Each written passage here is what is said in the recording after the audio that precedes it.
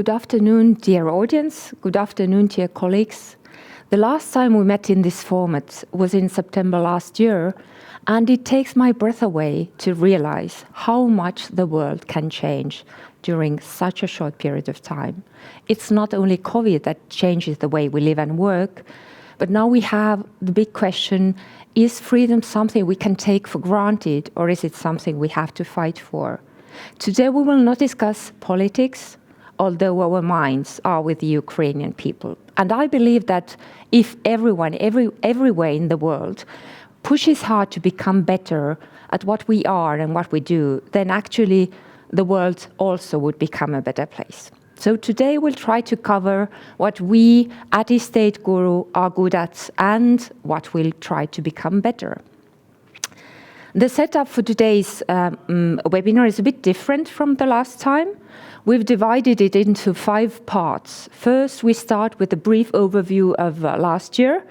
Then we'll have a chat with the country heads of 2 markets we have the biggest potential in. It's the UK and Germany. Following that, we'll take a look at which markets could be the next ones in the pipeline. And we end our discussion rounds with Finland and the 3 Baltic countries. And last but not least, we'll devote 30 minutes to a Q&A session. All questions can be inserted to Works Up. Just click on the live agenda point, choose the Q&A function, and express your thoughts about the topic. Just so you know, the questions will not appear on the platform, as all of them will be moderated. And I'm happy to start with our first guest, Mikael Stam.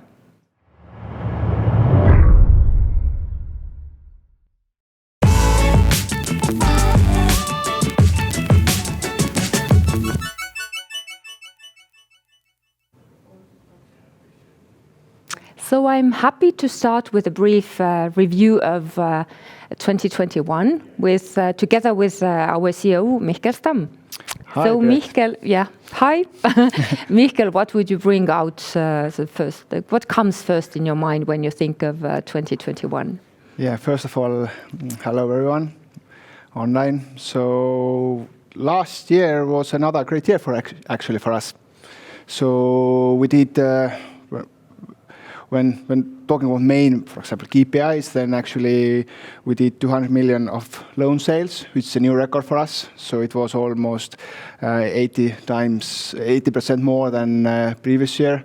So on 2020, we did around 120. So this was also thanks to the great effort of our countries, also thanks to our investors, and parallelly we're able to open new markets and work on these markets. So yes, this is like the big picture, but also there was many other smaller and big, also really important milestones. For example, we grew our investor community almost 45,000 compared to the previous year, and at the same time, we really worked hard on our capital markets. So I'm really happy that in the beginning of this year, we're able to sign a contract with the European Investment Fund, who will be our cornerstone investors for our next fund. So all these changes are helping us step by step to become actually a global force on real estate lending. But what about the challenges? You were talking very, very positive things, but actually to manage this kind of growth and this kind of expansion, it can be also really tough. What would you name as the biggest challenge in managing all this growth? Challenge is always, if you're growing so fast, then it's about you always need to bring your processes together with that. So we really need to be constantly building our IT systems, our product, but at the same time also our day-to-day process. So at the same time, it was a challenge, but also a really great achievement was that all these things, what I mentioned, is not possible without our people. And with 1 year, we grew from 60 people to almost 120 people. So these are the ones who are actually making things happen for us and help to achieve this great achievement. So, but to onboard these people in a short period of time, this was a great challenge for our people and culture team. So. Yeah, I'm really so happy that you mentioned people, because actually I just wanted to ask like what has helped us the most, and I personally also feel that actually it's our people. We have amazing people, really. So thank you everyone at Estateguru and for your support. And at the same time, our customers as well, who have continuing to month to month, day to day, choosing us as their kind of investment partner and or as our loan partner. So and use our platform. And Mihkel, I would really like you to cover also the activities we do to mitigate the risks arising from the war in Ukraine. Although, we are like truly international, but originally we come from the Baltic countries. So that's something that is on people's mind, of course.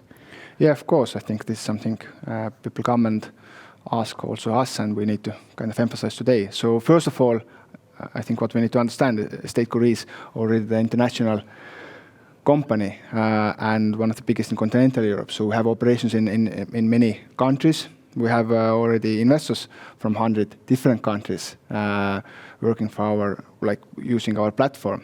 So our first line is being in different countries and being really flexible in a way. So since beginning of COVID, I think everything went online, and we have been always kind of online and working hybridly. So our people today can actually go globally everywhere, and then we can continue our operations. So we're not so kind of dependent on one place. But there are also different other aspects. So we have built our business also in a really kind of global thinking always in our mind, and really how to, if we look at our core process, how to kind of duplicate the systems and etc. So some examples. So for example, today our most of our clients is held, and we're using this Lemonway service, but they're for example using the BNP Paribas, our French bank, to keep the money. So our investor money is there. We're using many cloud services, our servers where our platform situates in also using Amazon, and the servers are in Ireland. So this is really virtual and global and business, which is allows us to do business wherever we are. Yeah, thank you. So, but how do you personally feel about this situation? How you see our people coping with it? Is it something that our team is affected by, or because I know that you are very much into people and culture, and it's a very important topic for you always. Yeah, definitely. It's also all these kind of things, if we want or we don't want, it kind of affects us. So it's about us, how we communicate, how we deal with this. So for us, it has been really important that we are open and communicating about. We have had, having all the time this kind of all hands talking with people about the business, how we are doing, what are our focuses. But in the times of similar, more critical situations, you need to just speed up and have even more talking with your people and try to understand what is effect. And at the same time, we have also now, as I said, international company. We have also 18 different nationalities working for us. So all of them have also a little bit their own background, so we need to consider that as well. And we are really inside of the company. We are not going into political discussions, avoiding these. And what we can really do, and what we have been also emphasizing, is that we are here for our customers, and we really need to kind of make sure our customers still getting the best service, getting the best quality portfolios. We're working on all that topic. So this is something we can on day-to-day affect and to really give this calmness and stability for our own people, but also through them to our customers. So I think these are the main thoughts here. Yeah. Thank you. And the last one for you, Michael. What do you expect from this year? When you think that you will be happy, like in the end of the year, what should happen? Well, yes, another year where you start with some ideas and then you are thrown into new challenges. Yeah. So, but again, we believe our business model is for really different cycles of economy, but also for different cycles of global trends and whatever happens. So we are here to continue growing.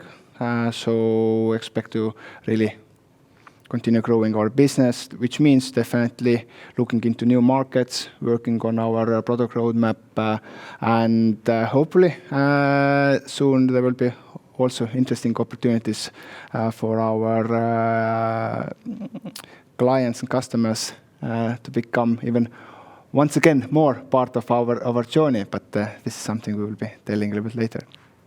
So yes, when looking back, I think we would have a successful year where we have shown that our people are continue to be happy working here. Our customers are happy to continue using our products, and for the company, we have shown that we are able to go to the new additional countries and also grow in the countries where we are. So.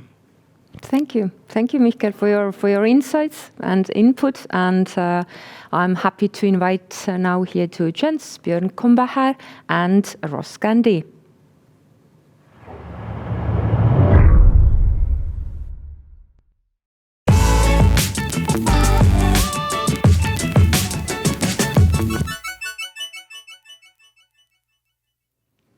I'm delighted to welcome our two country heads here, Björn Kombacher, our country head in Germany, and Ross Gandhi, our country head in the UK. So I will start with some introductory questions because you are quite new to our investors and community. So let's start with you, Björn. Okay. So how do you feel with this triple growth and dynamically developing team after your years at Engel and Volkers? Yeah, thank you for this question, Pivot. Yes, I feel amazing. Yes, as you know, I have worked for a private bank, Dun & Weichel, and after the time for the broker and asset manager, Engel and Volkers. Really cool companies. But what I felt as I joined Estateguru is such an amazing team, amazing energy, and a clear vision and cool targets, which I would like to join. And I see by myself that I have a big chance to bring my own experience in the real estate sector and with institutional investors into this company and help the Estateguru family to grow and to get to the next level. Yes, and that was so fascinating for me. Yes, I see a big international team. I learned from the other guys, from Ross, for example, or from the former country head in Germany, Nicola, and that's so amazing for me. Motivation enough. Yeah, thank you, Björn. So Ross, just a question, because we are an investment platform, we have over 125,000 investors. So what has been your most successful investment so far? Well, for me, I could easily talk about 2 or 3 different developments, that I've managed to finance, providing incredible returns to our investors. But I'd say my best investment to date is my own personal development here at Estateguru and the team that I've managed to build, which I think will provide a solid solution, for Estateguru or foundations for Estateguru to be very successful here in the UK market. So, and by the way, I just can't help asking you that you are so vibrant and electrifying personality. Isn't real estate too boring for you? Absolutely not. Very excited about the position. It's and the opportunity that I've been given, and echoing Björn's words. It's an international company. It's all about people and culture, and it's you're left to your own devices to make your own decisions, and it's a very, it's vibrant, it's fast, it's tech, it's digital, it's electronic, it's very fresh. So no, I'm very excited and can't wait to have a very successful year here in 2022. I'm happy to have you also here. Thank you. Thank you. So, but let's start then. Yeah, you were talking happy to be. So, what are the plans for this year in the UK? How do you see the year? Well, this year we've been, set certain targets for not just for myself but for the team. We're looking to finance over 70 million euros. But from a personal perspective, I'm looking to seriously challenge some of the major players in the UK. And on a year one growth, looking to challenge or outperform them. But looking at an overall perspective or an overview, we're having some really good discussions with some developers in the UK, companies like CERT, and some investments. We're currently talking to a number of them, but now because we've got NDA terms in place, we can't reveal who they are. But I think we're on track to have a very successful year here in the UK. What about you, Björn, and Germany? Yes, in Germany, it's a second full year in Germany. Nicola, he raised 70 million last year, and you know that we in Germany we have to bring at least 1/3 of the full amount of the group. Yes, it's an amazing target we have to reach. And yes, you asked me what are the plans for this year. I would like to hire good new guys for our company, because you need good employees for our Estateguru. But on the other side, it is all about to bring out our name in the market. Yes. In the last year, we were a little bit under the weather, but now you see we have all the licenses in charge. We have now a deal with the Raising Bank as a funding bank, and that means that we have all the fundings that we will need for the future. Yes, and that brings us to the next level. Thank you. But who should come to Estateguru to get finance? What kind of companies? Like if we can continue with you, Björn, and. Yes. What like of companies you mind from you think from the borrower side? Yeah, yes. The borrower side. Okay. Yeah. I understand. Yes, from the borrower side, you will find borrowers who will need very fast access to money. Yes, who have a clear plan, a clear exit scenario, and a good project. Yes, and if they go, for example, to a bank, we do not work against banks. We need banks. Yes, but in an early stage, for example, they come to us and they are asking for money, and we can help them in this special stage. Yes. Mm-hmm. For me, it's any SME businesses, who are looking for fast and flexible loans from bridging, development, and secured loans. I think they can invest in projects from anything from 50,000 up to 10 million euros. In the UK, the commercial finance broker market is huge, and my team already have a strategic plan in place where we're going to be further developing our relationships with the brokers, looking to tap into their property clients. So, yeah. Question to Björn, because you come from traditional banking. Yes. So yeah, and I also come from traditional banking, and the question I get very often from the journalist is that how do you handle these risk assessment processes, like regarding borrowers, regarding projects? Because Estateguru offering is unique because everything is secured by first-rank mortgages. And we have comparatively smaller team compared to big traditional banks. So how would you answer this this question? Thank you for this question, because I was really surprised how good the process works for Estateguru. I think Estateguru has not to hide behind a traditional bank. Yes, traditional banks, they can manage the risk process very well. Yes, they have a long history. They have a lot of experienced guys there.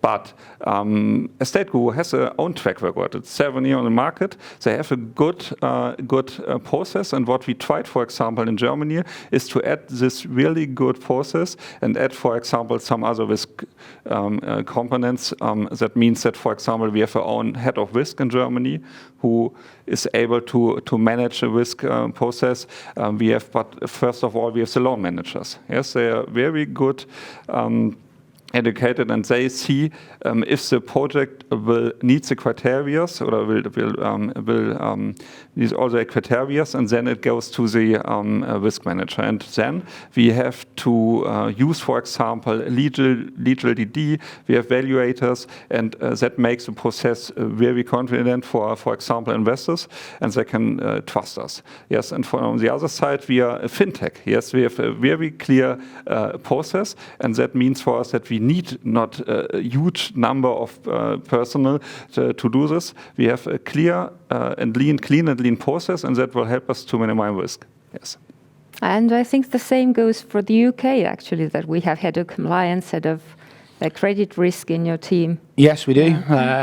We have a gentleman who has a lot of experience. He was head of risk at Ford and Together. And he, our conversations with him every day, and he's very excited by how quick and fast and flexible we are, and how we can structure deals to meet our borrowers' needs.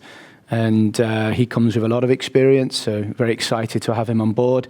And then we have head of compliance and AML who I think has 20, 30 years experience in the market, and it's amazing to have him on board as well. So everyone in the UK team complement each other very well. And actually, the UK and Germany are very, very important regarding our roadmap to institutional investors. So how do you see the traction here?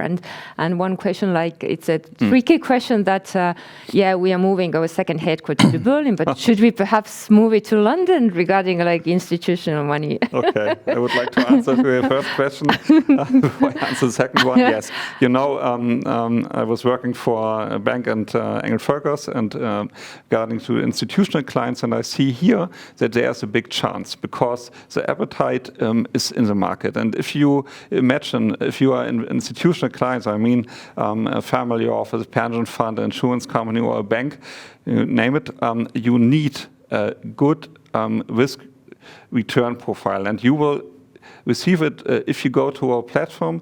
You see that you will find it. We have a diversified profile. Not only in Germany, you can invest in future in the UK, in other countries, and that is exactly what institutional clients are looking right now. Yes, and the second question, yes, okay, I'm a German, yes, what the question is, but it definitely makes sense that second headquarter would be, for example, in the Netherlands, Amsterdam, Berlin, or maybe, yes, in London, yes. But regarding institutional investors, yeah, I mean, we're having some fantastic conversations with some institutions, and some of the responses we've had back from them are very positive. They want to invest in property-backed short-term loans. They're looking to move their investments into fintech, proptech. So the second question is, I think from my perspective, I think with the amount of family offices we have in the UK, the size of the market when it comes to the commercial brokers, I think with our capital of heads market, Judith, based in London, I think it would make sense for the office to be in London. However, I'm happy for it to be in Germany as well, in Netherlands.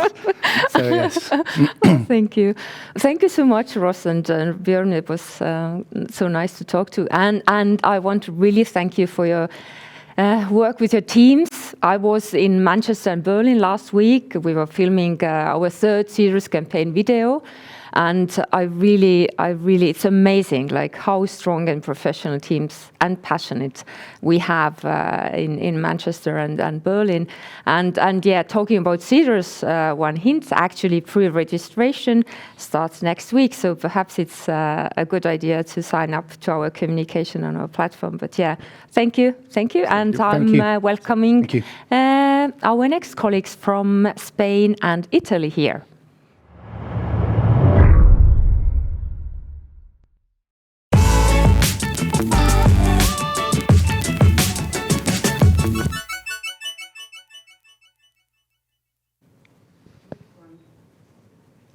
Please give a warm welcome to Nicola Biccone, our Business Development Manager in Italy, Luis Lopez, our Business Development Manager in Spain, and Michael Stam, our COO. I understand that Nicola did such a great job preparing German market that now he's tasked to do the same for Italy, as he happens to be Italian, or how do we select these countries we expand to, Michael? Yeah, one my previous kind of manager I work with explained that if you do a really good job and you are able to put yourself out of the job, you will be found a new place. And with Nico, we saw it's synergies between different aspects. But overall, yes, our business process for how to choose countries, it's more worked through actually, and then there's many elements what we consider. So when we look long term, we really want to cover the whole Europe to be able to fulfill our vision and to be able to create this kind of cross-border business, which is a value itself for our customers, both for the borrowers and also for the lenders, but also to build this kind of one single market and ecosystem in real estate financing and investing. And for that, we need to go step by step to new countries. There's still, when you look at the resources, there's a kind of how much or how quickly you're able to go. So currently we see that we can go to maybe 1-2 new countries per year. Therefore, if you look at the long-term vision again, that you need to be as many countries as possible, then it's about choosing the countries for next. And what we have thinking ourselves, the logic recent has been that it will be wise to actually start off by first covering the biggest markets, because there's a biggest gain from this as well. But to get to this situation, of course, there's a lot of pre-work. We are doing the analysis of the markets, setting up local partnerships. It's about also adjusting your own legals to be able to become compliant on a country and to work on a way that it also suits the local regulators. So this is important. And this is actually a process which might take a little bit longer. So some countries can be opened up quicker, and some countries it takes more time. So parallelly and we have also dedicated team for that, who is kind of preparing the countries, and several countries maybe in a parallel, but then we choose that, okay, this 1 or 2 new countries are the ones where we go now. And what maybe last point here is that we're also really looking where the countries where there's a really good kind of legal environment. We know that our business model fits there, that we can be sure that when we set up the mortgage for the loans and for the investors, that we can actually get it back. No one can step between of that. And also that there's enough good ecosystem, tech sector in, and the big talent and everything else. So these are maybe shortly, but there's so much specifics, and every time we kind of go to we have already the blueprint, but every time we go to the new countries, it's a little bit more and more learning. Yeah, but I understand that we only not select countries, but also places for our headquarters. Yeah, we are now in the middle of our process of actually opening our second headquarters, moving the second headquarters to Berlin. And why this is important for us is that, as we mentioned in our previous talk, is that as we have so ambitious growth, ambitious that we really see that we want, and for that we need to kind of have even more institutional investments as well, together with the retail. Retail will be and stay the really important part for us, but to fulfill the growth, we are seeing that we need to add the institutional part. And for that, we saw that it will be logical to have second headquarters somewhere where there's a really big capital market, and Germany definitely is such a country. And we are also looking at the growth ambitions what we have in Germany. Then definitely there will be a big team there for the local part, but also in a talent-wise for the global business, but also definitely some HQ people in all the other countries as well. We see big potential, for example, in the UK as well, because again, another huge country for us. Yeah, thank you. Let's move on then to Nico and Luis. So, Nico, you as an Italian and building up our German market, so how do you see the real estate market? Is Italy's real estate market different from Germany, or can we repeat this success model there? So probably we can repeat the same success story because now we have the experience. We personally already opened one market, so I will try to do copy-paste by adapting what we have done good in Germany as well with Italy. And as Italian, I'm happy as well and I'm thankful to have the opportunity to go back to Italy and open the new market for Estateguru. And I'm really happy about Bjorn having the handover with me on the market, on the German market. So Italian market is a bit different to the German one. The German market is more based on the opportunistic and residential occasions that are going to be in the real estate investment. So most of the big groups, and there are a lot of big groups in Germany, are investing mostly in residential as well in the commercial, but there are different sizes of big groups. In Italy, we saw, I can give a couple of numbers, that the real estate market after 2008, 2009 suffered quite a lot.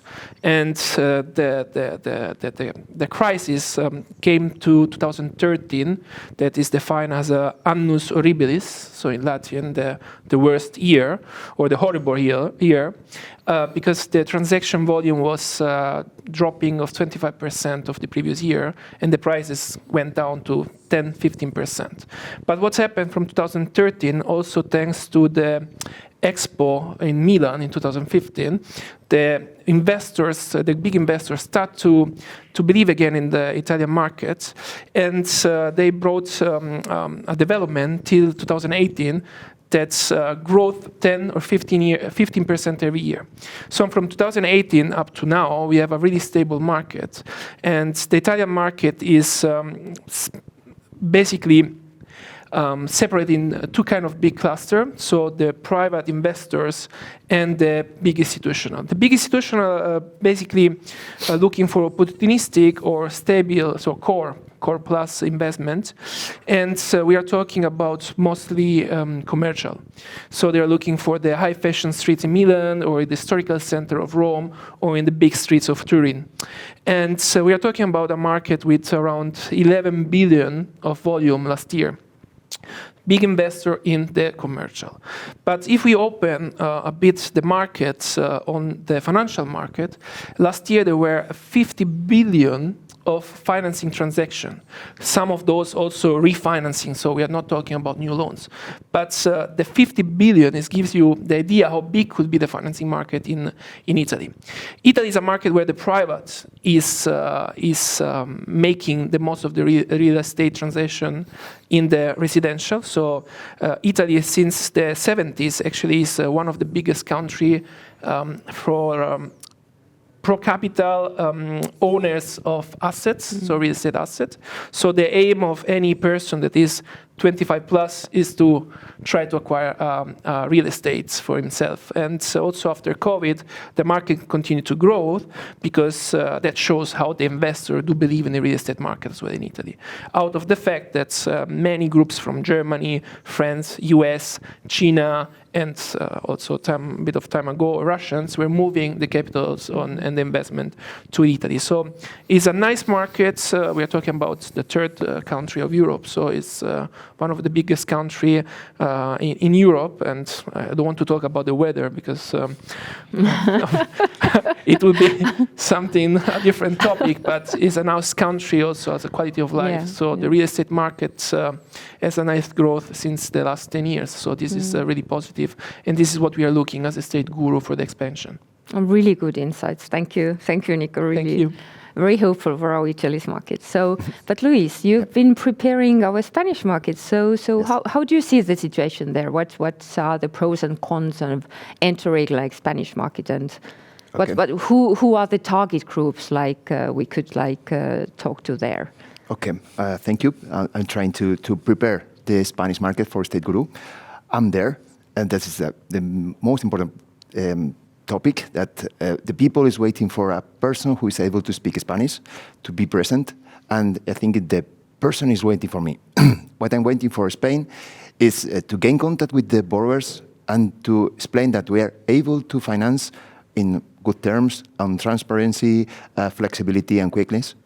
And for the investors, I'm trying to explain that we are secured, we are trustable, and we are able to create a trustable system of mortgages, able to control every single foreclosure process. I'm prepared for that. I have experience for that. And I think that Estateguru is trustable for invest in Spain. Spain is a good market, like Italy. It's similar because we are in the south, we are Latin, we have good weather too. And the people is going to Spain for retired or to have a second residence.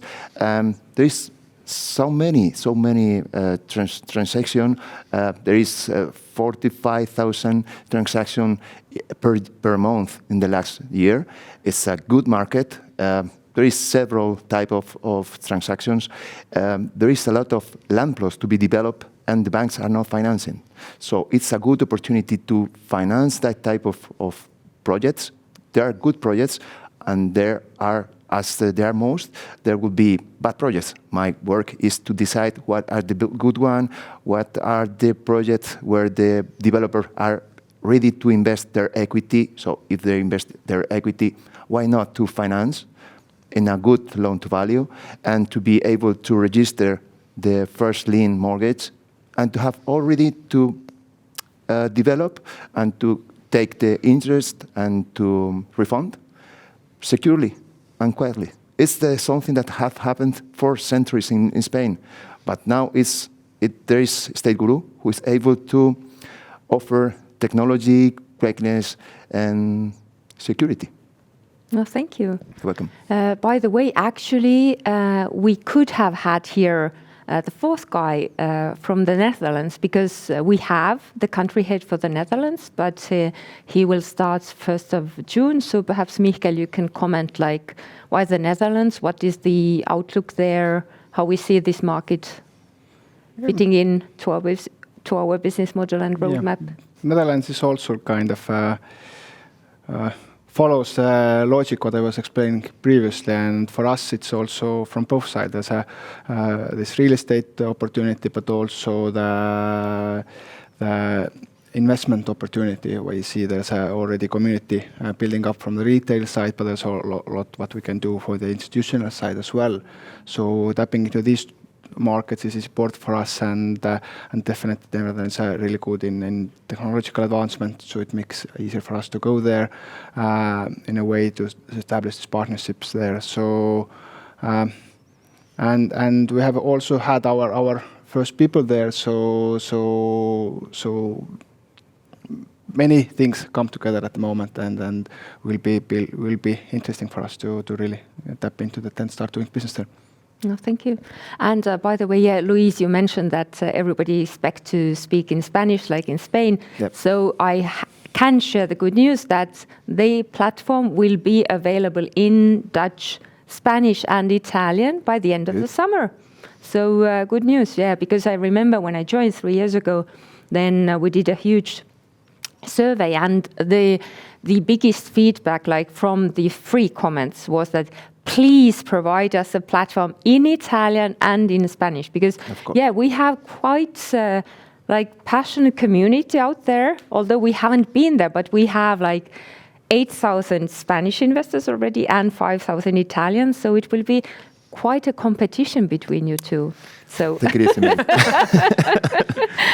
So we see different competitions happening already. Yeah, Italy, Spanish, UK, Germany. So from my perspective, it's only good. Yeah, I'm also reminding to our audience to send us questions on the Works Up platform. Just click on the live agenda point, choose the Q&A function, and express your thoughts about the topic. So yeah, we are waiting for your questions, really do. Thank you, Nico, Luis, and Michael. Welcome. And now I'm welcoming here our 3 musketeers from the Baltic countries and D'Artagnan from Finland.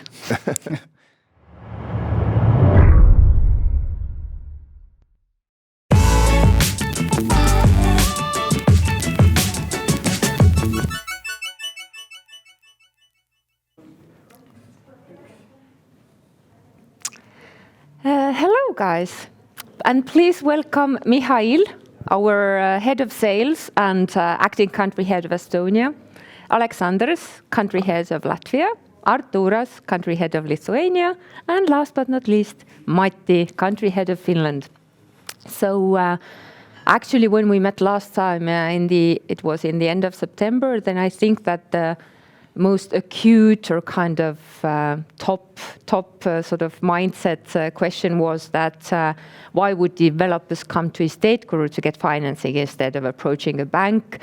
And for me it's surreal, but this time I kind of feel that actually the most acute question right now is how the Baltic and Finnish market are influenced by the war in Ukraine. So let's start perhaps everyone commenting on this one. Yeah, just who would like to start?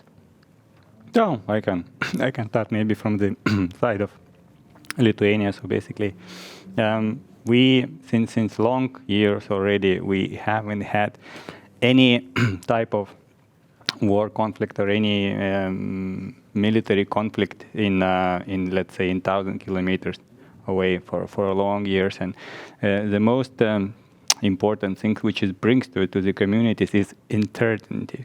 People are not certain about their future, and it doesn't allow them to make the proper simple life, their everyday stuff. They don't know whether they should go to school here or maybe they want to go somewhere else to Spain, and that of course affects real estate in that way that people are considering not only about what to do with the jobs, but with their life in general, whether move somewhere or stay in place, should they buy a larger property or a small property. But as I always said also in our previous events, and actually war was one of my own examples of what would have happened in the way of crisis. And I was always saying that in any crisis, people, they are still getting married and they are still getting divorced. Children are still getting bored and they somehow must go to school. In this way, there are still borrowers who see opportunities and want to develop projects, and there are still investors who want their money to get invested somehow. So at the moment we see that the real estate market in general, people are stalling maybe with the decisions of purchases of new apartment. Same maybe, but the same with the traditional financiers. Traditional banks at the moment, they're not trying to finance new development. So it is also opportunity for our borrowers to get for our investors to get new nice project finance. No, thank you.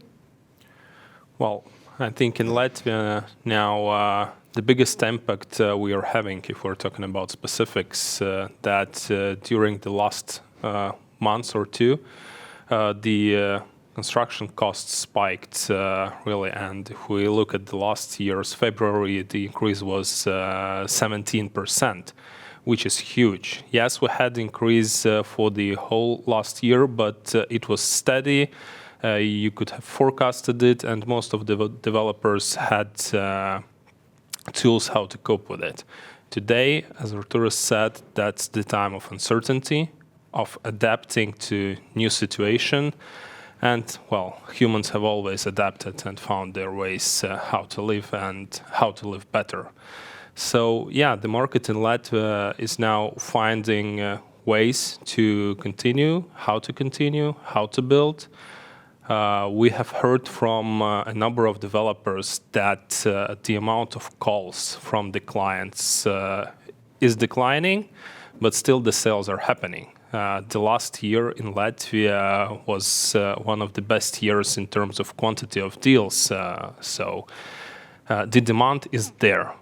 People still need new housing, and from that point of view, I think the demand will continue.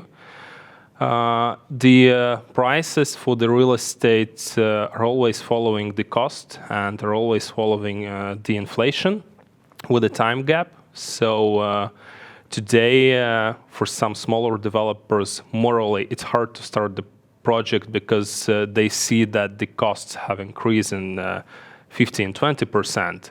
but they don't still see that they can sell at higher price. But that will come. Okay. When it comes to Estonia, I remain very, very bullish on the Estonian real estate market. We have financed a record amount of deals last year, and we're already crushing this result this very quarter. Right now, yes, everything is correct. There is uncertainty on the market. But as Warren Buffett once said, be very fearful when others are greedy, be very greedy when others are fearful. Right now, we have the highest interest rates we've had in a while at Estateguru, so maybe this is a time to be greedy, invest in some projects, and be in one of the fastest growing real estate markets in Europe. Estonia is still going to be there. Thank you. And what about Finland? Finland is a bit like more to west, like compared to Baltic countries, but yeah, and actually, as mentioned, it's a interesting time to be alive, be a young person experiencing like lockdowns within the 2 years, and now seeing videos about war in Europe. That's something that I would have guessed that would happen during my lifetime. But what comes to the real estate market in Finland, I actually, and a whole theme of ours is hand on the pulse every day. We are monitoring the market quite a bit, of course, because we want to see how it will actually affect. And actually, just yesterday, I watched a really good webinar from the KTI reports, who are doing like prognosis and also statistics about real estates in Finland. That webinar also included Newsex, the big property company in Finland, assessment of the situation, and that was made like post the beginning of the war. So that was, I think, last Thursday, Friday. So their comments on the situation, which I actually agree with, are that the situation is only slowing down the domestic growth of Finland and the GDP growth. The second thing is that, of course, inflation is getting higher, between 4 to 5%. But at the same time, what we all have to remember, we are still like considering ourselves as at least as a Nordic country in a sense, although we share quite a bit of border with Russia, but still, for example, only 5% of our exports are with Russia. Also, imports regarding energy, oil, gas, and so on. Well, Finland is almost self-sufficient with those. We can, and that has been the policy in Finland for a long time, because like we don't want anyone to be involved with our energy import, for example. So we are creating our own energy. Of course, we buy some part of the energy and oil and so on abroad, but we can compensate that and buy it, of course, for a bit higher price, but it doesn't affect that much. At the same time, what Newsec pointed out really well is that still, because they have their hand on the pulse with really big real estate developers, really big investors from Europe, United States, and so on, they still said that they still consider Nordics and Finland as a safe haven. So therefore, although we are not unaffected totally, of course not, but at the same time, people are like mentally there with the Ukrainian people and seeing that, but we are not that afraid. Nor it has affected, for example, our demand. Actually, the demand from the borrowers is now higher than a month ago. The problem is that we are not getting all of our loans full, so we cannot push those live, because I understand fully, and I as an investor too, if the stocks are fluctuating, I'm thinking that will it affect something else? At the same time, in the real estate market, actually, the real estate market is only growing in Finland. So, yeah. I really hope that the situation would, of course, normalize and the war would end and so on. But what comes to construction prices, of course, they have spiked up a bit. But for example, we are pretty self-sufficient with wood. For example, we are the land of green gold, so we don't have to bring it abroad. So Yeah, thanks. You mentioned actually very interesting aspect, this situation, because inflation is of course increasing everywhere, and perhaps we haven't like so far our average interest rate has been like 11. It's rather high, like especially for Western countries, but people here are more like sort of greedy. They have seen so big growth that they are not used to. Like 5% is also nice. 8% is of course like absolutely like a good thing. So how do you see how the investors, are they more aware of this inflation thing, and do they comprehend that actually like real estate and investments into like secured real estate is the sort of like solution for protection against like inflation? How do you see the situation in your countries? I could say that even this uncertainty says that sometimes people want to have more cash with them, etc. However, at the same time, this is a place where we need to check the alternatives. When we have money in cash, and we certainly know that those money will burn, and it will be around 12% inflation, let's say, or more, and you definitely know that you will lose some part of it, value of it. And we see it on the other markets, what's happening when money is losing its value, that people are trying to buy things, basically whatever they can buy around, whatever techniques they have or whatever, and that's why we see that some equipment, some technical stuff is getting more expensive just because of the demand, which gets higher. At the same time, other people see that they have already everything equipped in their life, and they might get more cash, but what they get out of it. And here we are discussing that we have a little bit higher inflation, but at the same time we have an investment which is we can still call it secured, because there is a collateral, and there is some some way that one way or another, it's a process where you will somehow, it will end up at some point. It will not get, I don't know, I would say that it's insured, etc., etc. But let's say that at the moment we have in our countries, we have crisis, war, we have war in Ukraine, and we have crisis in the Baltic.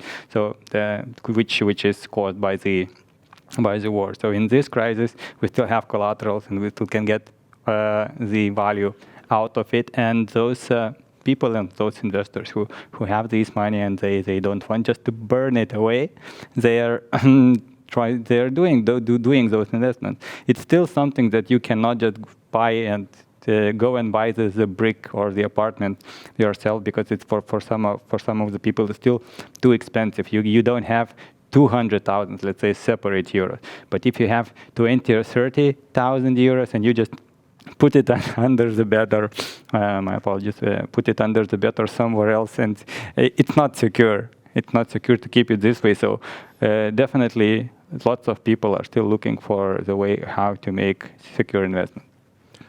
I would actually also say that we see the trend that this high inflation has actually motivated people to invest more, because they see every day how their money in the account, even if it's not big amounts, it's just losing value. Yeah, it's frustrating.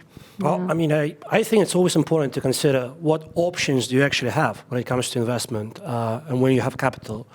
So at the moment, you can lose 10% of your capital per year due to high inflation. You can invest money into overheated stock market, and you can end up losing 10% a month. That's also a possibility. Or you can invest at 12% at Estateguru. We are now offering projects with that high interest rate. So I would suggest that the smart choice is always to diversify.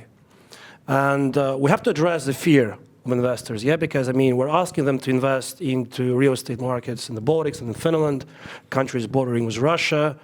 And, prices of real estate in a potential war zone are, like that. But consider this. I think that your chances of getting killed on the street by a car are much more higher than seeing a tank on an Estonian street. So, do we have this fear? Yes, but should this fear be that high? I don't think so, no. Yeah, thank you. Would you like to add something? Yeah, of course. I always tell to my friends who are asking about the investments, for example, that the only certain way of losing money is to not to invest, because you know that you are losing every single day a certain amount of money because of inflation. So now the other option is to find investments. Then you can think about how, for example, certain investments are influenced by high interest rates in the bond market, for example. You can see that it's negatively correlated with the stock market and so on. Okay, how does an inflation deal with that? So I always encourage people to read more about macroeconomic happenings. What does it actually mean? And of course, you have to adjust your returns, for example, to inflation and so on. So therefore, diversify. Think about what you're investing in. And especially in the situation like this, you have to probably find some kind of alternative ways of investing. And what I always say is that usually the richest people in the world have 3 asset classes, and those are equity and stocks, bonds, and fixed income products such as real estate. And they get richer although there is a war somewhere, although the inflation is running higher and so on, because things are negatively correlated in their portfolio. And that's the exact reason why, for example, I came to Estateguru. This is such a product that is not 100% influenced by macroeconomic happenings in the market. And if interest rates otherwise are going higher, our interest rates stay the same. They are fixed. If stocks are fluctuating, our interest rates are fixed. So that's also a pro for our borrowers, actually, because they don't have to deal with raising interest rates either. So yeah. Yeah. So we actually, yes, we see that our pipeline for loans actually is stronger than ever.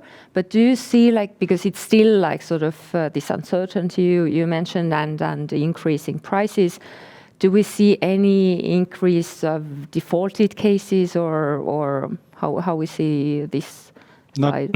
Not defaulted. We even had the same question when the COVID started in 2021, and we had the same discussions with the large banks in Lithuania, with all the major banks. And the one thing which we noticed altogether, that our pipeline in the banks and our pipeline got stronger during the pandemic. So what happened? So basically, the developers, which are smaller or larger, especially larger, they understand what diversity of risk is. And if they were used to build something or develop project on their own equity in all of their lifetime and career, when the uncertainty comes in their house, even they are considering to get some financial partner. So even those borrowers who haven't borrowed before, they are coming to the bank and asking at least for some piece just in case of something happens. And then that's how we get even better projects than before. So the same happens with the platforms, because the first things, of course, we always say, we're alternative financing. Our financing amounts are in times less than a bank's, meaning that if banks is start to decline, let's say 15% clients more, this means that we are getting huge amount of new incoming clients of a really proper quality of we can call them A or B class borrowers. That's how investors get much better investment opportunities, and they can. That's why even in this uncertainty, when you get a property which is, let's say, really good class, it's definitely something to consider to invest in. There is one saying. I think that the mayor of Barcelona once said that Barcelona is 1,000 years old or something like this, but I don't know how long Spain will live.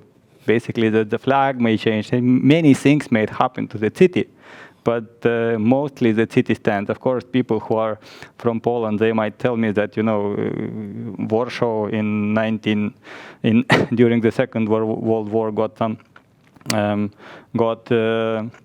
demolished. But I believe that now we are in NATO. That's very important to say that we are in NATO, and we definitely feel and consider that our collaterals, we can call them secure at least now. And it's those new investment opportunities where the borrowers are just, let's say, forced by the circumstances to go and to seek for the alternative financing. It's a huge opportunity for us as a platform and for all our customers, both borrowers, both investors. And there is sometimes investors are starting telling me, should I then invest with the small amounts? It doesn't make any sense. So I can say it like Dalai Lama said, that if you think that something small cannot change your life, then try to sleep in one room with mosquito. That's a good one. But let's leave some time for the questions, because I see that time is running out. So and we're really looking forward to your questions. But I still ask the last question.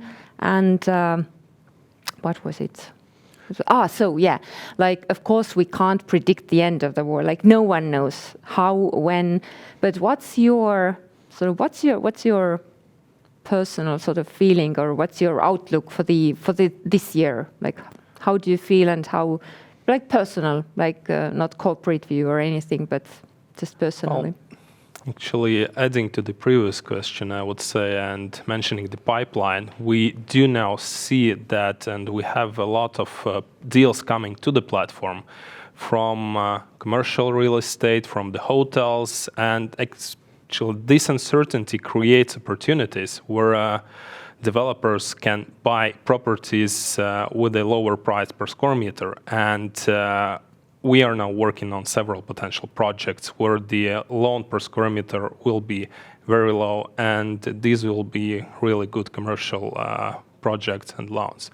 But speaking about this year, what we see, at least in Latvia, that the construction prices will continue to grow. The demand will decrease a bit, but it is still there. We see from our clients that the properties, the flats are being reserved, the houses people still buy. Yes, everything is happening. On the other hand, we do receive calls from developers that they are holding on some projects. If they were planning to build maybe 3-5 multi-apartments houses this year, they're saying, okay, we'll reduce it to 1 and see what happens. So we understand that the supply will also decrease. And based on all of this, I think the prices will continue to increase pretty stably this year. And hopefully the war ends and everything normalizes. I believe that everything will increase. Inflation, demand, prices. We have had a shortage of housing in Europe for a very, very long time. And now the shortage became even greater because we need to accommodate people, not only from Ukraine, but we also have to remember that a lot of people, middle-class Russian people, are living in Russia as well. And they will find homes in the Baltic states, in Finland, and in Germany, where Russian communities are pretty big. Right now, this job that we have feels more like a mission. We're here to solve the housing crisis one project at a time, and I would like to address our investors directly. You have to be a part of this mission with us, because only together we'll be able to make sure that Europe comes out of this conflict bigger and stronger than ever. It's in your hands as well now, so counting on you. Yeah. On the professional side, first of all, what comes to defaults and lates, for example, we are actually expecting to solve bigger default cases in Finland. Actually, they have only taken time because of the court system in Finland is a bit slower than in Baltics, sadly. You always have those jokes about slow Finns. It's true, yes. What comes to the overall situation and what people are expecting, I have to point out that this situation is not the same as when COVID started. Because when COVID started, that meant for us in Finland that also the workforce from Baltics stopped totally. Also the import from the Baltic countries stops, which means that it halted almost all of the developments. We couldn't do development financing because they were halted. Now they have been continuing. They have been even growing. According to news and KTI reports, for example, the development market is only growing and growing and growing.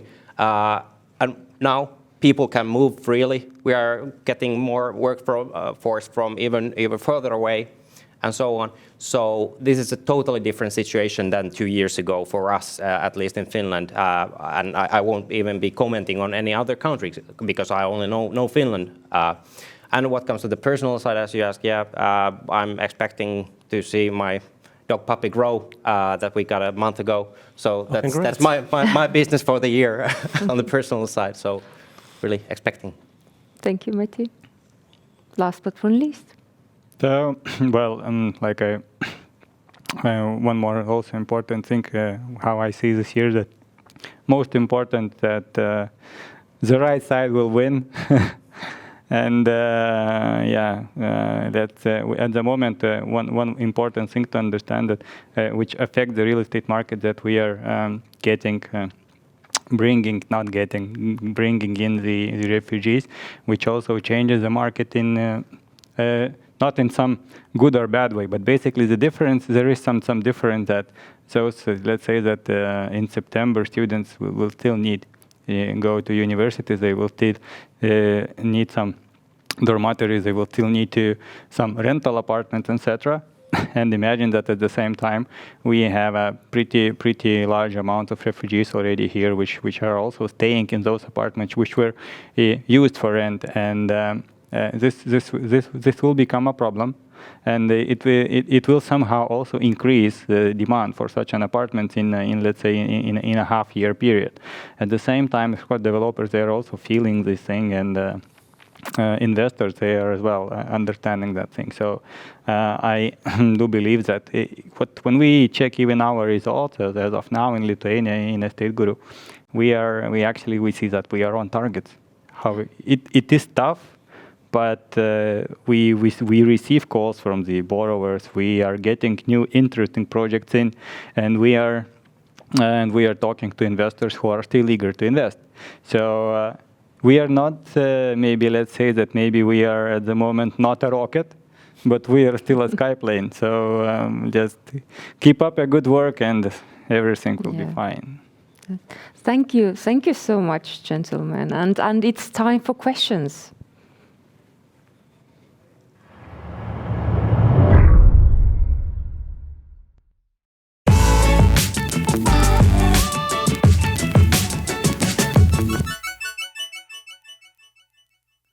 Welcome back. Question time. So the most interesting part, and we have fortunately very many interesting questions. And as you can see, and I won't introduce our gentlemen here anymore. So I hope you remember the names. And as you see, not everyone is here, but we are ready to change the seats. So let's start then going with the first one. It's to Mihkel. Okay. Please explain more on European Investment Fund. Is it an European Union institution? What can they invest in on Estateguru? So European Investment Fund is a partner of European Commission and European Investment Bank. So their main aim is to kind of support the European economy in places where it's needed to kind of to really accelerate some of the areas. So aim of this investment for them is to really accelerate the SME lending due to the kind of the impacts of COVID. So and what they will do is actually they will be the cornerstone investors into our Luxembourg debt fund, which will have already established, and together with them we are also now additionally looking other European fund institutions to be part of this fund and to set up this investment vehicle and to then start deploying it on Europe to really support the SMEs here. Next one. Germany has loans on the site. but when will UK loans appear on the site for investors, Ross? Well, at this moment in time, due to having our FCA license unfrozen, we're unable to put any projects onto the website at this moment in time. But I think hopefully in the next 2 or 3 weeks we'll be able to put those projects onto the website for our UK investors and European investors to be able to invest. But at this moment in time, we're just waiting on the FCA to come back to us, and once they do, we'll be able to go to market. So at this moment in time, we're just waiting for those guys. One more for you, actually. Will the loans in the UK market be available in euros or pounds?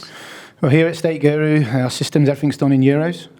So for our UK investors, they will be invested in sterling, but that will be converted into euros through one of our partners, BNP Paribas. So if they was to invest, say, £1,000, so you're looking at around about 1,100 euros. When the borrower pays back the payments to the investor, it's all done in euros. So, and when they take the money back out of the system, they would be taking on the currency exchange risk. But still, the returns the investors will be getting back on their investments will still be around about 9-10%. Maybe a couple of additions here is that we'll be then working also on a solution that it will be more comfortable for the investors later on to also make these changes on the platform. So you can actually, as the UK will be the first, actually, the different currency for us, but probably in the future there will be other different currencies as well. So that we need to also provide these kind of solutions on the platform. And maybe one more comment, but Ross mentioned is that the license frozen there, and maybe some things that why it's like this. So the reason was that we were actually getting a license. It was already many years back, but then we decided, okay, we a little bit COVID came, and we decided, okay, we'll a little bit postpone the kind of the launch of the UK market, and therefore in a cooperation with the local FCA, we said this like usual procedure. So they tell that, okay, you are not actively at the moment working there, so it will be put on hold, and once you are ready, let us know, and we can already continue doing the business. And this is what actually Ross and the team is doing now, to really revoking the what was already done, and then to hopefully kick off in a really good pace. Yeah. One for you, Mikkel. Does Estateguru somehow protect private investors? Is there more specification? Yeah, actually, it's kind of complicated because, investing always includes like risk, but perhaps all these. I think, there are several ways to answer this question. So we don't have guarantees, like, for example, if you put the money on a deposit, there's a European-wide guarantee that up to 100,000 it's protected, and whatever happens, they will be paying this back. For us, our business model, our kind of cornerstone or the main logic is the mortgage part. So all the deals will have some kind of real estate-backed asset for investment. So this is like our main protection for the investment. So if something happens with the deal, we can start or the project, we can start liquidating the assets, and through that get back the investors' money. Also, maybe on general investor protection is maybe the big change will be the pan-European crowdfunding license. So till now there was like local licenses available, and we tried to get to be compliant in all the countries where it was possible. So that's why we have a license in Lithuania, that's why we have in Finland. We were doing all the things to prepare the German market. As said, we talked about a little bit this UK market. So these were like local ones, they had some differences. But now with this pan-European license, what it kind of unifies the practices, and this means that once you get it, you can start operating in different jurisdictions in Europe under the same license. And the main idea of this license is really describe how the platform should do the business, and also set some kind of rules for the platform, and then with the main focus of actually protecting and the investors and the retail investors. So with that, we could do another seminar and session, and there's a lot of information available about that as well. So, but it actually inspired me. It's not from our listeners, but what is the biggest change? Like what changes the most for all of us, like at Estateguru, with this pan-European regulation, or it's just something everywhere, like little bits and pieces everywhere? There are many things, but maybe from the aspects of investors, there's a certain way, or like what info you need to provide to the investors for them to make decisions. There's a cool down period. There's also more questions understanding the background of the investor, kind of, and then kind of categorize, and is it a sophisticated investor or non-sophisticated? And if it's not non-sophisticated, then more kind of this kind of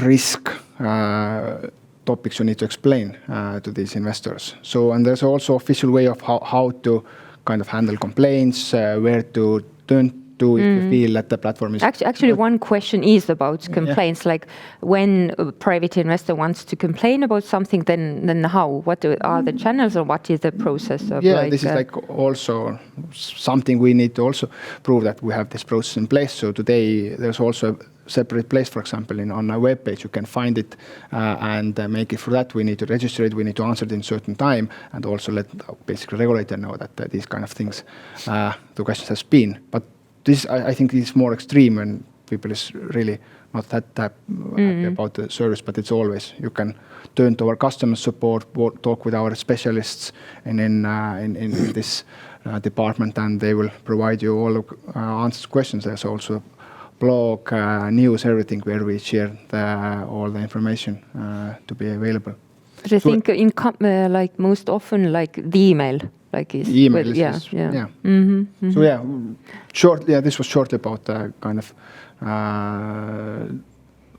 about the license. So there's many things what applies, what we need to do ourselves as well. Additionally, the question I will ask it from Arturas. How are loan interest rates determined? Do higher interest rates imply higher default capital loss risks? Well, in our platform, basically, it does not. If it's to answer it simply, if a little bit deeper analysis is that basically on our platform, the interest rate is mostly defined by the demand and supply. If we have if we have situation on the market when people, let's say, just like before the war started, or just straight after the pandemics, when people had more of spare money in their account, when all the institutional investors, etc., they have much more money around, and there are much more people who want to invest their money somewhere, the borrower has much more opportunities to get the necessary amount for the financing. So he or she can go and negotiate lower terms on his project. As well, it's also defined by the liquidity of the property. If real estate market is up, if the sales are good, this means that the project becomes more liquid, which lowers the risk. So the borrower is seeking for lower money, and he expects to get it, which might happen if there is much money on the market. If we see the situation like now, that there is the amount of money is lowering on the market, and the demand is still high, and borrowers are seeking for money, and they are starting to become ready to pay a little bit more for even though that it has nothing to do with the liquidity of the property or with the risk of the project. So basically, all of the projects which go to Estateguru, they go through the same route of vetting. Our risk team does huge job by checking the properties, evaluations, and everything, and the business plan as well. Regulation also adds some additional things which we need to check for every project. So in every project which goes to the platform, it has already huge work for the investor done. However, every investor must understand that he is always exposed to risk, and this is very important to repeat it every time. However, the interest rate doesn't reflect the risk, the amount of risk. Sometimes the project which might look like very, very risky is less riskier than 5% loan at the bank. Thank you. We have one private investor from Sweden. And by the way, thank you for your kind words regarding the Estateguru platform. But the question is about the expansion to Sweden, and because the private investor has been quite unhappy with the local platform there. And the question is that what is our plan regarding expansion to Sweden? We have done basically pre-work on Sweden, and as I explained in earlier part, is that in the end we tried to cover most of the Europe, and definitely Sweden is there.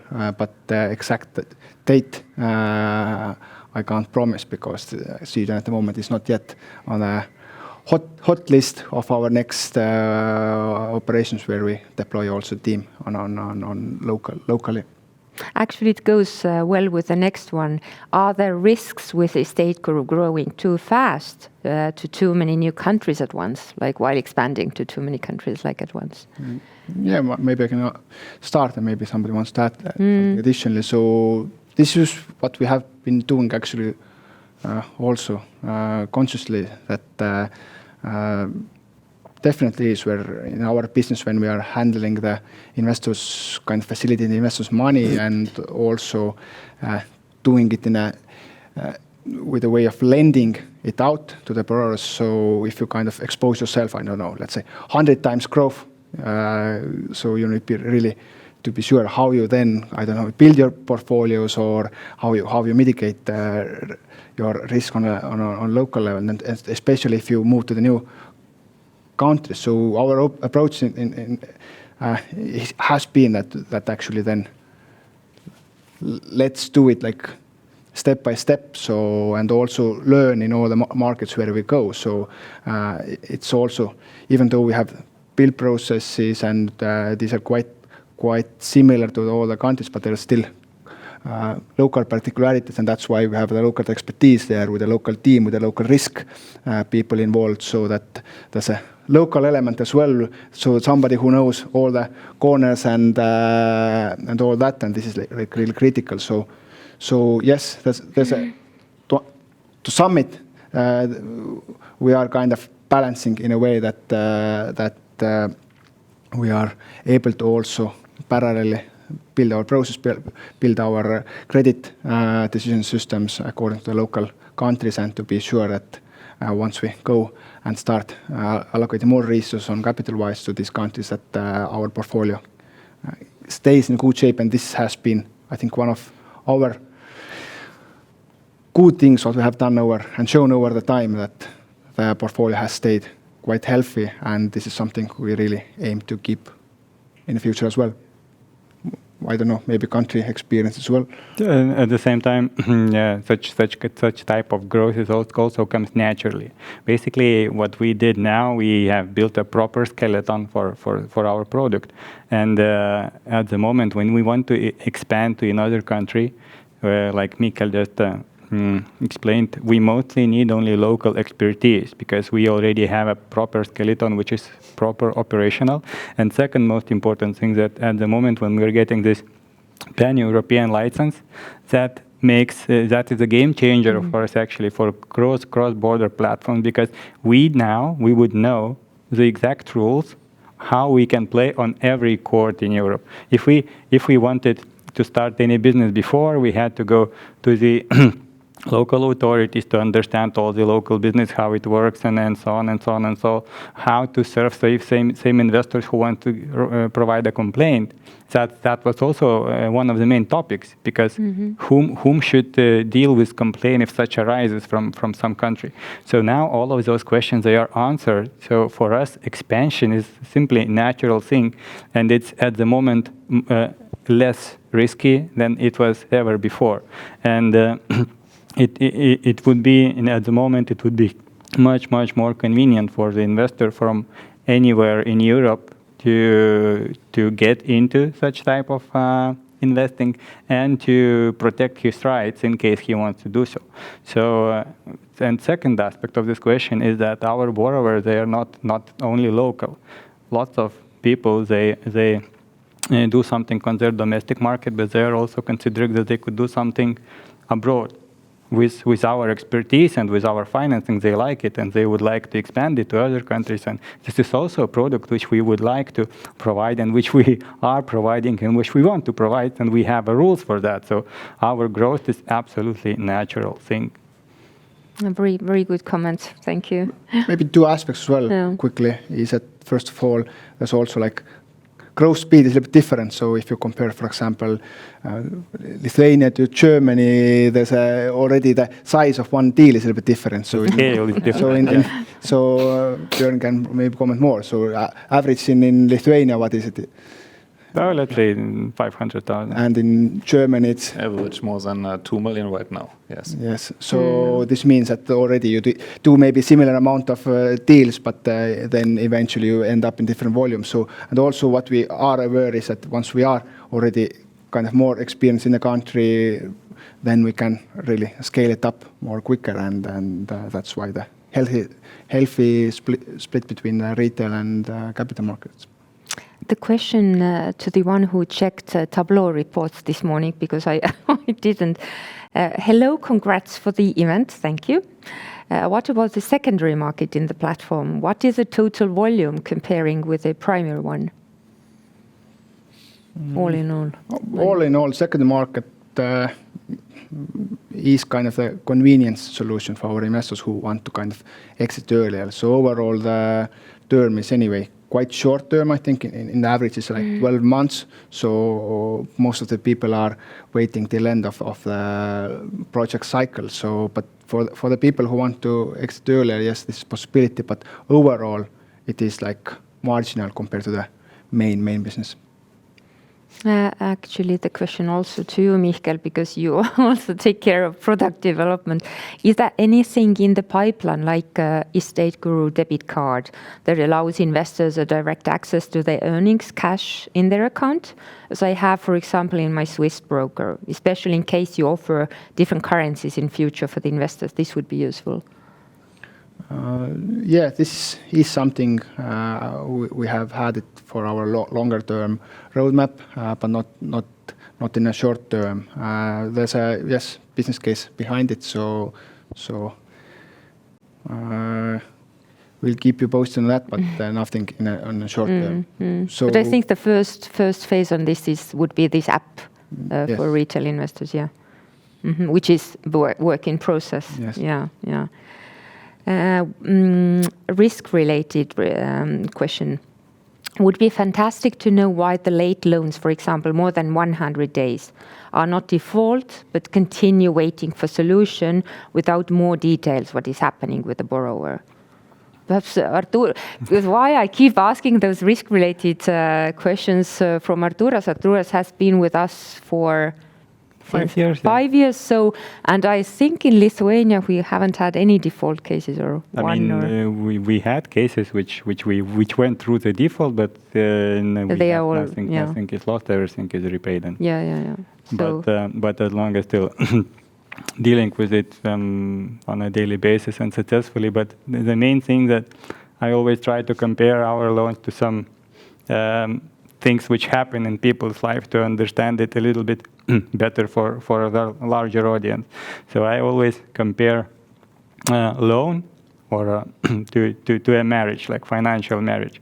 So in marriage, it's also the same. When people are getting married, most of the marriages, they are celebration, when people meet together, celebrate, and so on. And everyone says that everyone vows to live long live and long live after and be happy, etc. But when they divorce, we see pictures and everything like man and a wife are fighting, they're dividing properties, etc., etc. Lots of fights, lots of everything, and almost like a small war between them. So in financial marriage is the same.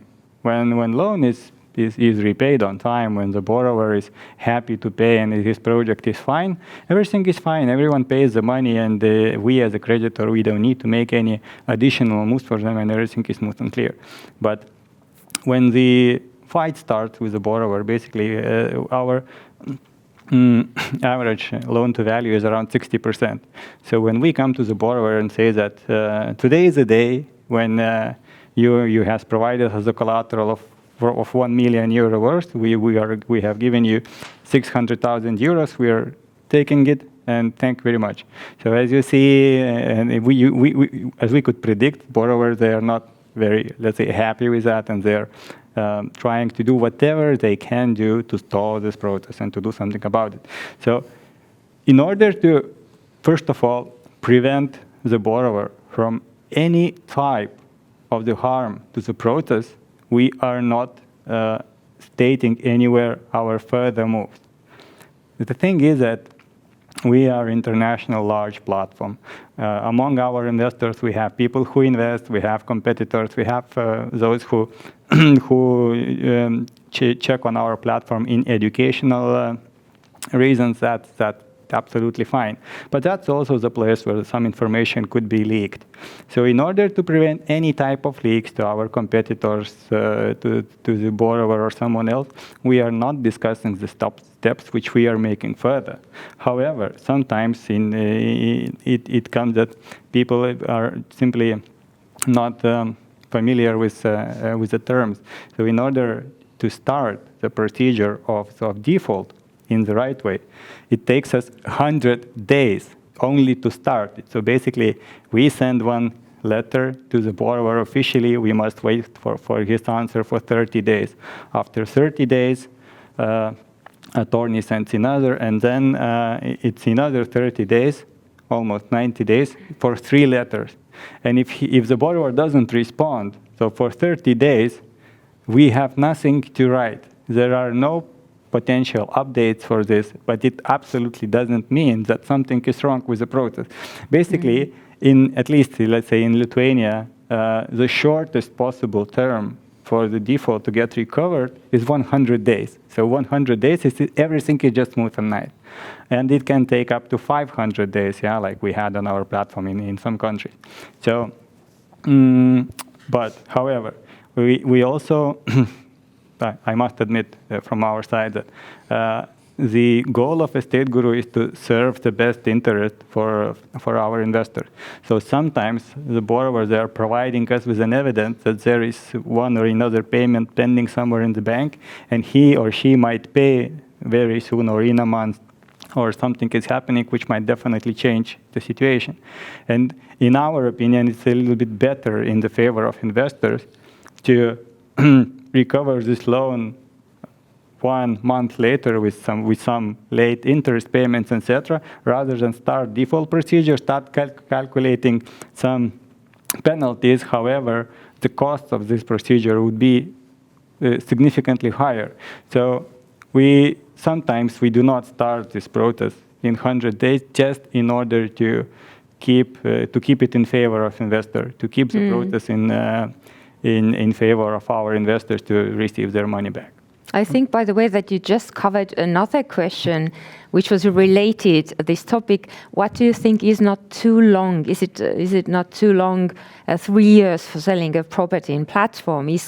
Could be that problem that a property that was financed on platform not evaluated quite well. But I think you covered that it's nothing to do with evaluation, but actually this is a complicated process to get all the money back for the investors. And I think it's important to also understand that each case is a little bit different. There are cases where it goes smoothly, but we have a dedicated team working on this. We have a dedicated people and legal partners in all the countries who are working with these cases, and we are doing our best to really solve them. And what we have seen is that our track record shows that we have been able to actually deal very well, and every time we solve a new case, we are learning and become even better in the case. And I think Matti also explained well in a kind of the situation, for example, in Finland, and why it takes longer there. And I don't know if you want to mention something additionally or. Yeah, just as an example.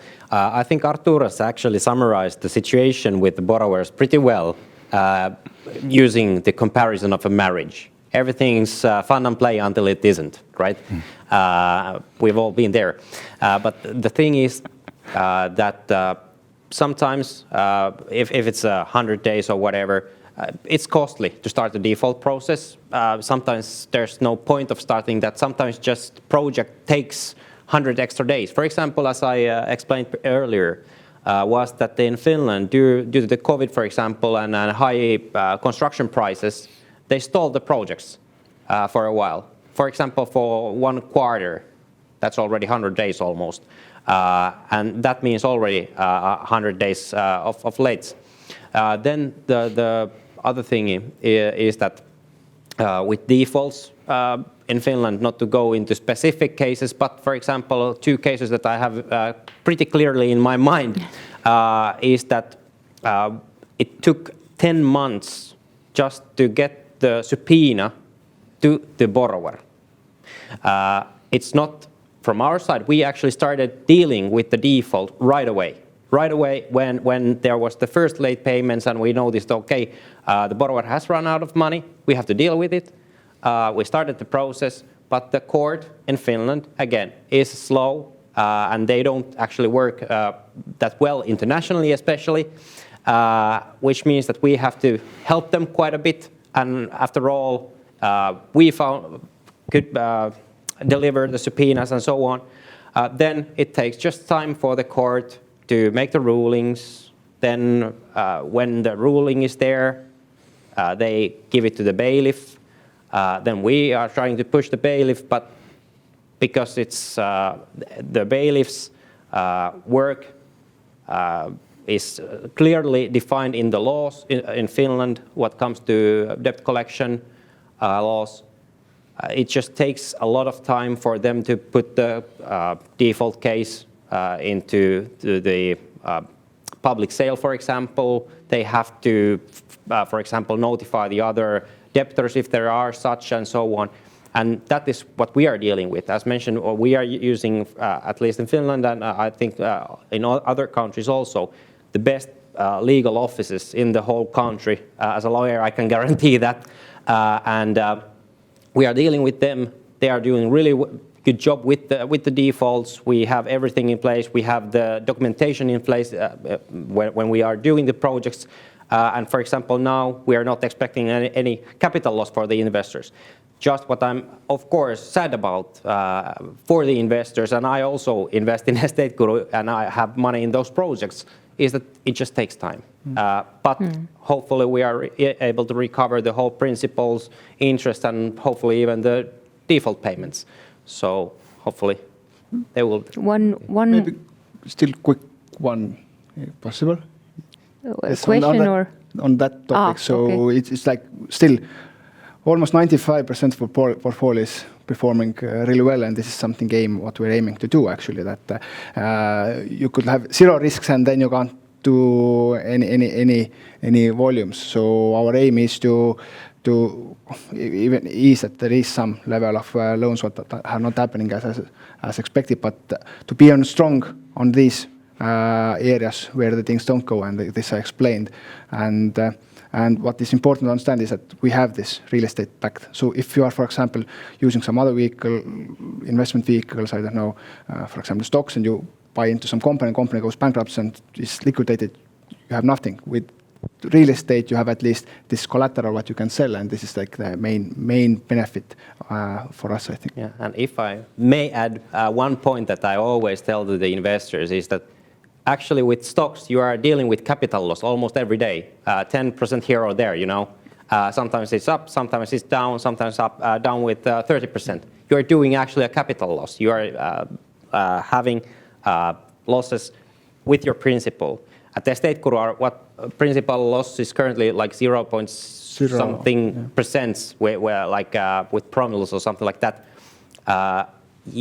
And what we are concentrating quite a bit on actually, and at least where my days go quite heavily is dealing with those defaults, because they take a lot of time, but we're dedicated in dealing with those in order to ensure that no investor make any capital loss, hopefully. So, yeah. The last question, which we have very positive answer to, is it possible to invest in the capital of Estateguru?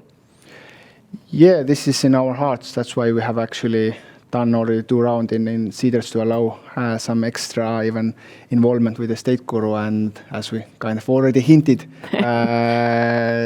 during the day, then yes, we are soon opening the new round.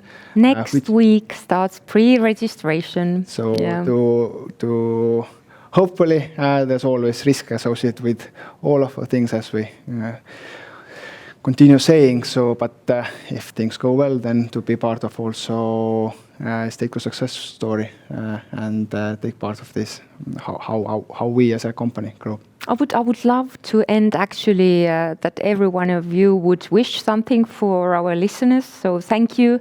We had such a great audience, lots of interest, and yeah, everyone. What do you wish for our investors, borrowers? So for this year, for 2022. I hope high returns for our investors, of course. And what I really much hope is also patience. Patience with the situation, what we are dealing with currently, with the war and everything. And also, I encourage everyone, again, to read books about macroeconomics, about this, like how things are linked to each other, especially. And then, of course, as mentioned, we are here always that we can be asked something from. You can approach us even, or our customer support if you have any questions as an investor. And that is what I really want to say to all of the investors, because we are in a new situation, of course, yet we are dealing business as usual. Situation varies from country to country, of course, but that's why we are here today also to explain how the situation looks like in every and each country. Thank you. Yes. Okay. I would like to encourage you to get in touch with us, with the German team, if you have, for example, special questions regarding the German projects. Not a problem. We have a good team since there in Germany for you. And if you have some questions, come to us, discuss with us. We are happy. Yes. Thank you. I would like to wish actually for all of our customers as borrowers and investors, and for ourselves as a company, to have cool heads and hot hearts, just to have enough faith to do things which we are doing, to go forward, to invest, to learn, to read, to build, to buy something, to buy a car, to crash a car, to buy a house, to get married, to get divorced, etc., etc., etc. But to still have a cool head to stop us at the right time and read the right book, choose the right engine, switch off the Wi-Fi at home and talk to your wife a little bit more. Maybe she will turn to be a much more interesting person than you thought before. So just things like that. First of all, thank you very much for attending the investor event today. Much appreciated. First of all, I wish you all a very successful and healthy rest of 2022. But from a UK perspective, we've got a fantastic team in place. We are operating. We're now trading. We're just waiting for the FCA license to be unfrozen, which has been approved. But we have a very healthy pipeline, and yeah, I'm just as Matti. I just want to echo what Matti said. I wish them some incredible returns with us at Estateguru. Yeah. Stay tuned for exciting news, and I would like to actually thanking all the crew organizing this period for really well moderating and all the people today discussing. I think it was a good webinar. So, and thank you for our customers listening today. So yes. It's been my utmost pleasure to be here with you, and thank you for listening. And as Mikael said, stay tuned. Till next time.